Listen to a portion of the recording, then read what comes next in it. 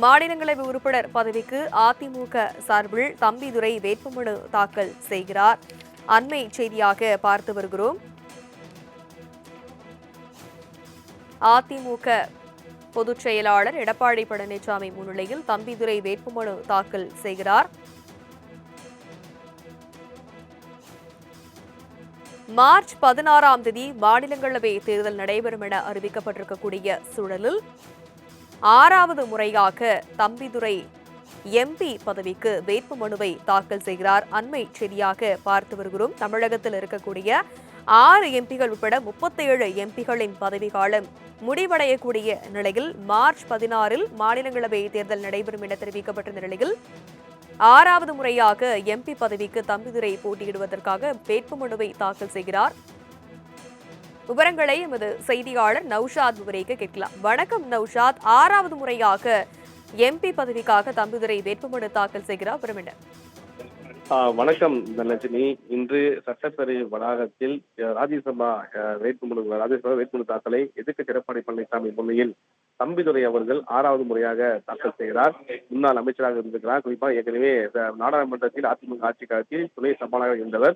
தொடர்ந்து இந்த முறையும் மாநிலவை வேட்பாளராக தேர்ந்தெடுக்கப்பட்ட நிலையில் தற்சமயம் வேட்புமனுவை தாக்கல் செய்கிறார். மிக முக்கிய ஒன்றாக ஏற்கனவே அதிமுக சார்பாக 2 இடங்கள் இருந்தது.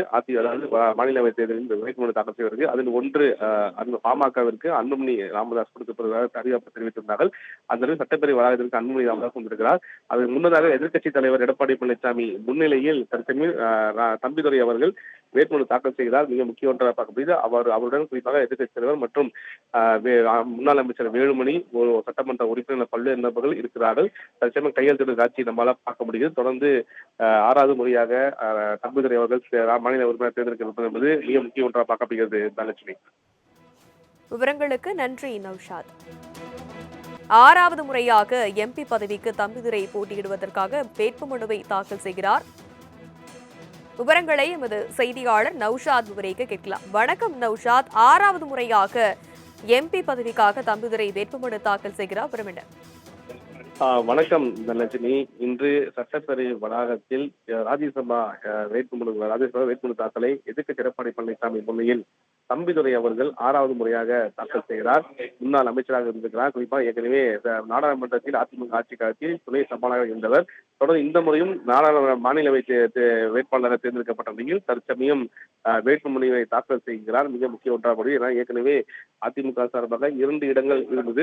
அதாவது மாநிலவை தேர்தலில் வேட்புமனு தாக்கல் செய்வதற்கு அதில் ஒன்று பாமகவிற்கு அன்புமணி ராமதாஸ் கொடுக்கப்படுவதாக அறிவிப்பு தெரிவித்திருந்தார்கள். அந்த சட்டப்பேரவை வளாகத்திற்கு அன்புமணி ராமதாஸ் வந்திருக்கிறார். அதற்கு முன்னதாக எதிர்க்கட்சி தலைவர் எடப்பாடி பழனிசாமி முன்னிலையில் தற்சமயம் தம்பிதுரை அவர்கள் வேட்புமனு தாக்கல் செய்கிறார். மிக முக்கிய ஒன்றாக பார்க்கப்படுகிறது. அவருடன் குறிப்பாக எதிர்க்கட்சி தலைவர் மற்றும் முன்னாள் அமைச்சர் வேலுமணி, ஒரு சட்டமன்ற உறுப்பினர் பல்வேறு நபர்கள் இருக்கிறார்கள். தற்சமயம் கையெழுத்திடும் காட்சி நம்மளால பார்க்க முடிகிறது. தொடர்ந்து 6வது முறையாக தம்பிதுரை அவர்கள் மாநில உறுப்பினர் தேர்ந்தெடுக்கப்பட்டது என்பது மிக முக்கிய ஒன்றாக பார்க்கப்படுகிறது. தனலட்சுமி, விவரங்களுக்கு நன்றி நௌஷாத்.